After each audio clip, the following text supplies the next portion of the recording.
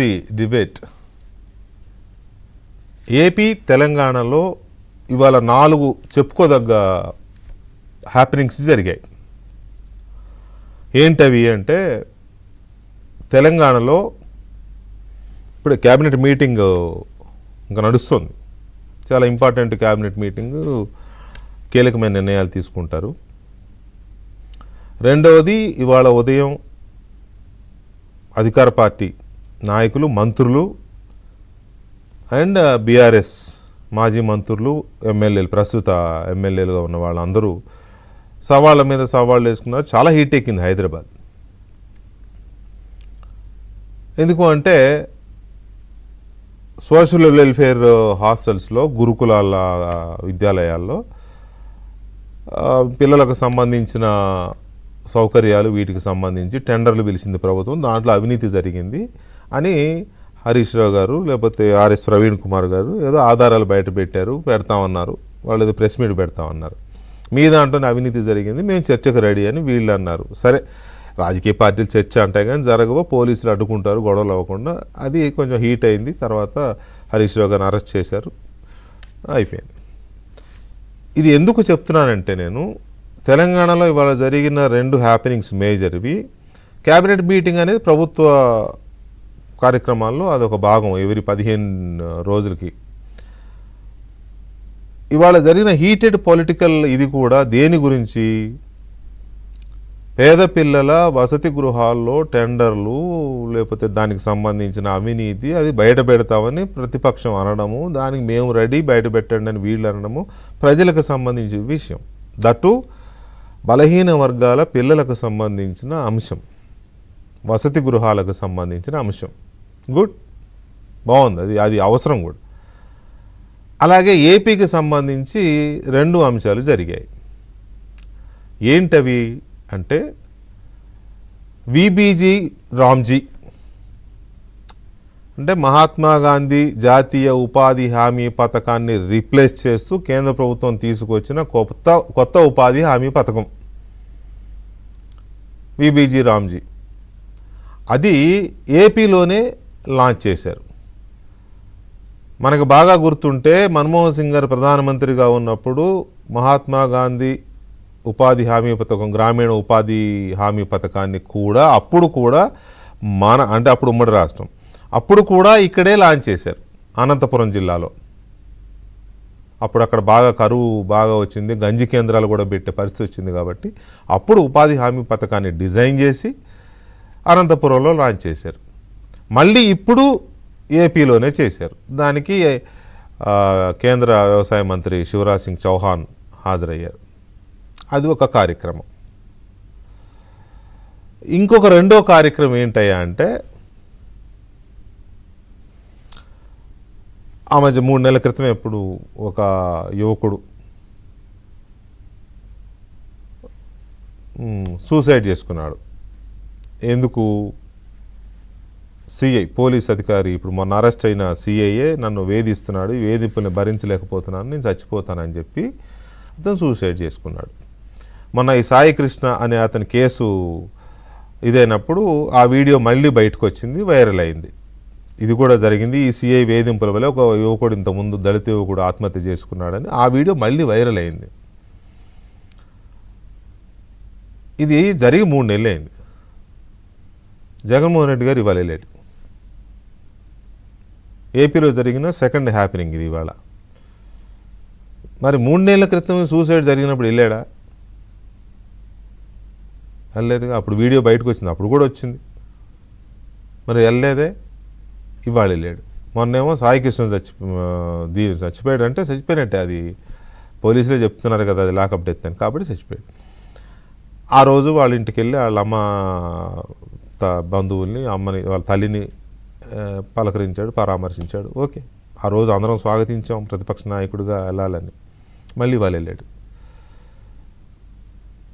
ఒక పక్క ప్రజా సమస్యలు, అభివృద్ధి కార్యక్రమాలు నడుస్తూ ఉంటే, ఇప్పుడు 3 సంవత్సరాల క్రితం జరిగిన అక్కడికి వెళ్ళి, అంటే జగన్మోహన్ రెడ్డికి ఉన్న ఇదేంటంటే, ఎక్కడ శవం కనపడితే అక్కడికి వెళ్ళిపోతాడు, అక్కడ రాజకీయం చేస్తాడు అనేది ప్రతిపక్షాలు విమర్శిస్తున్నాయి, ఆంధ్రప్రదేశ్ మొత్తం కోడే కూస్తూ ఉంటుంది. అదే చేస్తాడు ఆయన. ఆయన ఏంటంటే ఆయన మీద ఏదైతే ఒక ముద్ర ఉందో అదే చేస్తాడు. శవం దగ్గరికి వెళ్తాడు, శవం ఉంటేనే వెళ్తాడు, శవ రాజకీయం చేస్తాడని ఉంది. 3 నెలల తర్వాత వెళ్ళి అక్కడ దాన్ని ఇష్యూ చేసే ప్రయత్నం, రాజకీయం చేసే ప్రయత్నం చేశాడు. ఇది ఎందుకు చెప్పాల్సి వచ్చిందంటే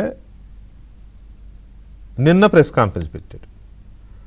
ప్రెస్ కాన్ఫరెన్స్ పెట్టిన జగన్మోహన్ రెడ్డి గారు చాలా సమస్యలు ఉన్నాయి, కొన్ని మాట్లాడాడు, ఇంకొన్ని మాట్లాడవచ్చు, చాలా మాట్లాడవచ్చు. ఆర్థిక సమస్యలు మాట్లాడవచ్చు, ముఖ్యమంత్రిగా చేసే అనుభవం ఉంది కాబట్టి అప్పుల గురించి మాట్లాడవచ్చు, ఇంకేదైనా మాట్లాడవచ్చు. చాలా మాట్లాడో, కొన్ని కవర్ అయినాయి, కొన్ని కవర్ కాలేదు. నేను ఆ స్క్రిప్ట్ రాసి ఇచ్చిన రాసి ఇవ్వలేదో ఏమో నాకు తెలియదు. కానీ ఒక పనికి మాలిన విషయాన్ని, అనవసరమైన విషయాన్ని మళ్ళీ ఆయన హైలైట్ చేశాడు. ఏంటి హైలైట్ అంటే అక్కడ చాలా వరకు, అంటే నేను జర్నలిస్ట్గా అక్కడ తోటి జర్నలిస్టుని నేను అనకూడదు, కానీ కొంతమంది వైసీపీ నాయకులే చెప్పేది ఏంటంటే అక్కడ వాళ్ళకు అనుకూలమైన మీడియానే పిలుచుకుంటారు ప్రెస్ మీట్కి. నిజానికి కూడా ఏబిఎన్ని లేకపోతే మా ఆంధ్రజ్యోతిని మమ్మల్ని, లేకపోతే ఇంకా టీవీ5 ఈనాడు పిలవరు. వాళ్ళకు అనుకూలమైన సాక్షి లేకపోతే ఇంకా నీల్ మీడియా, కూలి మీడియాగా ముద్రపడిన వాటిని పిలుచుకుంటారు.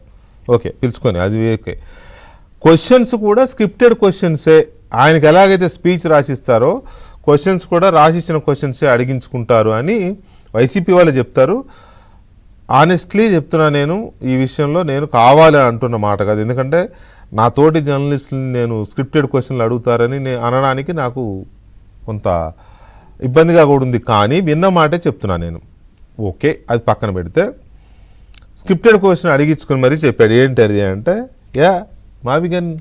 మావిగన్నే రాజధాని, మావిగన్ నేను వచ్చే ఎన్నికలకి మేనిఫెస్టోలో పెడతా, నా మేనిఫెస్టో మావిగన్నే, వచ్చే ఎన్నికలకి నా మేనిఫెస్టో మావిగన్నే, చూద్దాం మావిగన్ కోటేస్తారో, అమరావతి కోటేస్తారో, టీడీపీ కోటేస్తారో, వైసీపీ కోటేస్తారో చూద్దాం అని సవాల్ చేశాడు. ఇది చాలా, మరి ఇది అజ్ఞానం అనుకోవాలా, మూర్ఖత్వం అనుకోవాలా, లేకపోతే శృతిమించిన ఆత్మవిశ్వాసం అనుకోవాలా, లేకపోతే నిన్నా మునిగినాడు సైలెంట్లే 11 సీట్లు కాస్త 1 సీట్ అవుద్ది అనుకుంటున్నాడా, ఏమో తెలియని పరిస్థితి. మావిగన్ ఏంటి, మావిగన్ అనేది ఒక కామెడీ, ఒక జోక్ ఆఫ్ ది డెకేడో లేకపోతే ఇంకేదన్నా సెంచరీయో. మీ పార్టీ వాళ్ళే నవ్వుకున్నారు, మీ పార్టీ వాళ్ళే దీని మీద ప్రచారం చేయమంటే వద్దన్న జనం నవ్వుతున్నారు, మమ్మల్ని కూడా కొట్టేలా ఉన్నారు, దాని మీద ప్రచారం చేస్తే మేము చేయమన్నా అని మీ వాళ్ళు సోషల్ మీడియాలో మాట్లాడుకున్న కాన్వర్జేషన్ బయట లీక్ అయ్యి వైరల్ అయింది. నేను కూడా టెలికాస్ట్ చేశా. అయినా సరే మావిగన్నే నా మేనిఫెస్టో అని అన్నాడు అని అంటే అదేదో సినిమాలో మళ్ళీ వేసేసాడు అన్నట్టే వేసేసాడు జగన్మోహన్ రెడ్డి గారు.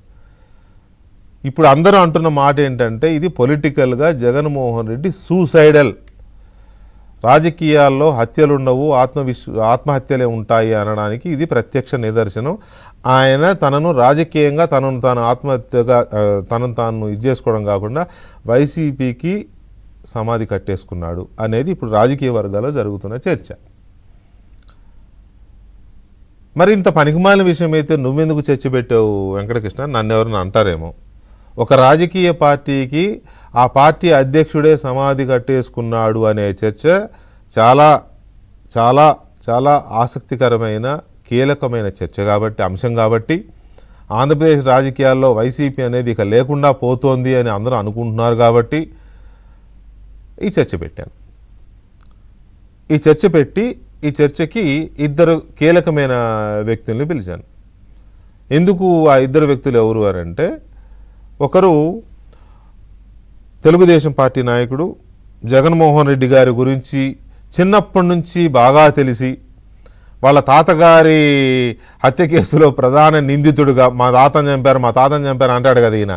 వాళ్ళ తాతగారి హత్య కేసులో ప్రధాన నిందితుడైన పిల్ల పార్థసారథి రెడ్డి గారు ఇంతకుముందు ఒకసారి నా డిబేట్లో కూర్చున్నారు, చాలా నిజాలు చెప్పారు, చాలా విషయాలు బయటకు వచ్చాయి.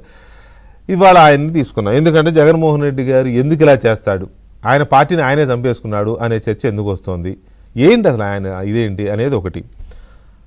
తర్వాత ఇక 3 రాజధానుల మహానుభావుడు ఆ రోజు పెట్టాల్సిన చిచ్చు అంతా పెట్టి తర్వాత అది జగన్మోహన్ రెడ్డి పెట్టించిన చిచ్చు బుద్ధి లేకుండా అందుకే నేను దాన్ని వదిలేశానని చెప్పిన గురునాథం గారు. వీళ్ళిద్దరు పెట్టడానికి ఇంకొక కారణం ఉంది. మావిగానే నా మేనిఫెస్టో అన్నాడు. ఇప్పుడు మరి 2019లో 3 రాజధానుల మేనిఫెస్టోతో కదా వెళ్ళింది 2019లో, సారీ మొన్న 24లో 3 రాజధానుల మేనిఫెస్టోతో కదా, 3 రాజధానుల అంశమే కదా ఎల్లింకాల అంశం. జనం తిప్పికొట్టారు కదా, అమరావతికే ఓటేశారు కదా జనం, 164 సీట్లు ఇచ్చారు కదా కూటమికి. మరి అమరావతికి జనం ఓటేసినప్పుడు నువ్వు జనం తీర్పును పట్టించుకోకుండా మళ్ళీ మావగన్ అని ఎందుకు అన్నావు? అంటే నువ్వు మావిగని ఇప్పుడు అంటున్నావంటే 3 రాజధానుల పేరుతో అటు ఉత్తరాంధ్ర అభివృద్ధి చెందుద్ది విశాఖపట్నంతో, ఇటు కర్నూలుతో రాయలసీమ అభివృద్ధి చెందుద్ది, ఇటు ఇక్కడ శాసన రాజధానితో కూడా ఈ ప్రాంతం అభివృద్ధి చెందుద్దని 3 ప్రాంతాల ప్రజలను రెచ్చగొట్టి 3 ప్రాంతాలకు అచ్చుకం పుచ్చుకం మాటలు చెప్పి మాయ మాటలు చెప్పి 3 ప్రాంతాల ప్రజల్ని మోసం చేసినట్టే కదా. మరి నేను మోసం చేశాను 3 ప్రాంతాల వాళ్ళని, నా తప్పు అయిపోయిందని క్షమించండి అని చెప్పాలి కదా. అది చెప్పకుండా మావిగన్ మేనిఫెస్టో అని అనడం ఏంటి? మరి ఆ 3 ప్రాంతాలకు చెందిన వ్యక్తులు కదా వీళ్ళు. ఒక ఆయనేమో రాయలసీమ, ఒక ఆయనేమో 3 రాజధానుల పేరుతో చేసిన కోస్తా కృష్ణా జిల్లా గుంటూరు జిల్లాకు చెందిన వ్యక్తి కాబట్టి ఆయన చెప్తాడు ఈ విషయాలు. వీళ్ళిద్దరితో మాట్లాడేటప్పుడు అసలు ముందు ఈ మావిగన్ మేనిఫెస్టో అనడం మీద ముందు ఒకసారి ఇద్దరు అతిథులతో మాట్లాడదాం. ఇద్దరికి గురునాథం గారు అండ్ పార్థసారథి గారు, ఇద్దరికి నమస్తే అండి, వెరీ గుడ్ ఈవినింగ్. నమస్కారం సార్. ఇద్దరితో ఒకసారి మనం డిబేట్లోకి వెళ్లే ముందు ఒక చిన్న బ్రేక్ తీసుకుని వచ్చేస్తాను.